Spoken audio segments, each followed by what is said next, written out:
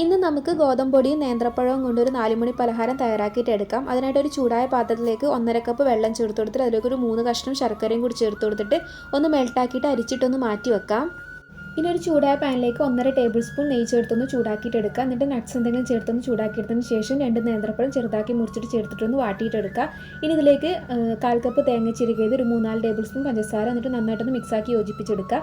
ഇനി നല്ലൊരു ഫ്ലേവറിന് വേണ്ടിയിട്ട് ഏലക്ക പൊടിച്ചതും കൂടി ചേർത്തിട്ടൊന്ന് മിക്സാക്കി എടുത്തതിന് ശേഷം നമുക്ക് ഫ്ലെയിം ഓഫ് ചെയ്ത് കൊടുക്കാം. ഇനി ഒരു ബൗളിലേക്ക് 1.5 കപ്പ് ഗോതമ്പ് പൊടി ചേർത്ത് കൊടുക്കുക. എന്നിട്ട് നമ്മൾ നേരത്തെ തയ്യാറാക്കി വെച്ചിട്ടുള്ള ശർക്കരപ്പാനി കുറച്ച് ഒഴിച്ചിട്ടൊന്ന് മിക്സാക്കി എടുക്കുക. ഇനി നമ്മൾ നേരത്തെ തയ്യാറാക്കി വെച്ചിട്ടുള്ള പഴത്തിൻ്റെ മിക്സും കൂടി ചേർത്തൊന്ന് മിക്സാക്കി എടുക്കാം. ഞാനിതിലേക്ക് ഒരു 4-5 ഈത്തപ്പഴം ചെറുതാക്കി മുറിച്ചിട്ട് ചേർത്ത് കൊടുക്കുന്നത് വേണമെങ്കിൽ ചേർത്ത് കൊടുത്താൽ മതി. കൂടെ തന്നെ ഒരു നുള്ളു ഉപ്പും കൂടി ചേർത്തൊന്ന് മിക്സാക്കി യോജിപ്പിച്ചെടുക്കാം. എന്നിട്ട് ആ മിക്സ് ഞാനൊരു ബട്ടർ പേപ്പറൊക്കെ ഇട്ട ബൗളിലേക്കൊന്ന് മാറ്റി കൊടുക്കുന്നുണ്ട്. എന്നിട്ട് നമുക്കിത് ആവിയിൽ വെച്ചിട്ടൊന്ന് വേവിച്ചെടുക്കാം. വെള്ളം വീഴാത്ത രീതിയിൽ വെച്ചിട്ട് വേണം നമ്മളിന്ന് ആവിയിൽ വെച്ചിട്ടൊന്ന് വേവിച്ചെടുക്കാൻ വേണ്ടിയിട്ട്. എന്നിട്ട് നമുക്കിത് 20-22 മിനിറ്റ് ഒന്ന് വേവിച്ചെടുക്കാം.